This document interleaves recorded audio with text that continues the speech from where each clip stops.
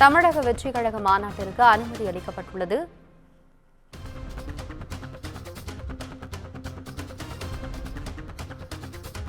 தமிழக வெற்றி கழக மாநாட்டிற்கு அனுமதி அளிக்கப்பட்டுள்ளது. இதனை அண்மை செய்தியாக பார்த்துக் கொண்டிருக்கிறோம். 33 நிபந்தனைகளுடன் தமிழக வெற்றி கழக மாநாட்டிற்கு அனுமதி அளிக்கப்பட்டுள்ளதாக தகவல் வெளியாகியுள்ளது.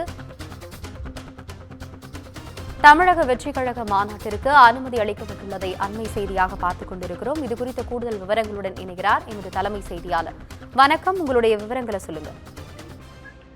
தமிழக வெற்றி கழகத்தினுடைய மாநில மாநாடு செப்டம்பர் 23ஆம் தேதி அன்று நடைபெறும் என்று அதற்கான ஒரு அனுமதி கடிதத்தை ஏற்கனவே கட்சியினுடைய பொதுச் செயலாளராக இருக்கக்கூடிய புசி ஆனந்த் நேரடியாக விழுப்புரம் எஸ்பி அலுவலகத்தில் வழங்கியிருந்த நிலையில காவல்துறை சார்பாக 21 கேள்விகளுக்கு விளக்கம் அளிக்க வேண்டும் என்று நேரடியாக கட்சியினுடைய நிர்வாகிகளுக்கு காவல்துறை அறிவுறுத்தியிருந்தது. அது மட்டுமல்லாமல் அந்த அனுமதி கடிதம் வழங்கிய அந்த நாளிலேயே நேரடியாக இந்த கட்சி மாநாடு நடைபெற இருக்கக்கூடிய விக்கிரவாண்டி வீசாலையில் இருக்கக்கூடிய அந்த பகுதியை நேரடியாக காவல்துறையினர் பார்வையிட்டிருந்தனர்.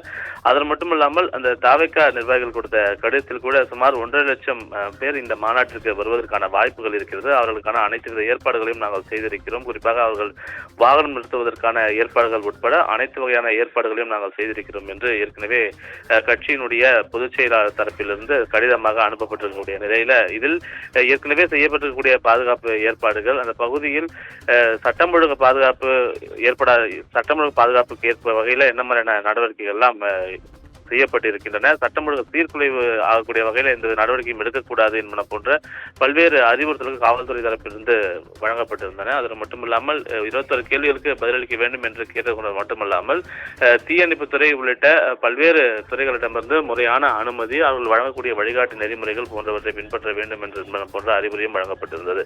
இந்த நிலையில்தான் இந்த மாநில மாநாடு நடத்தப்படுவதற்கான ஒரு அனுமதியை தற்போது காவல்துறை வழங்கியிருப்பதாக தகவல் வெளியாகி இருக்கிறது.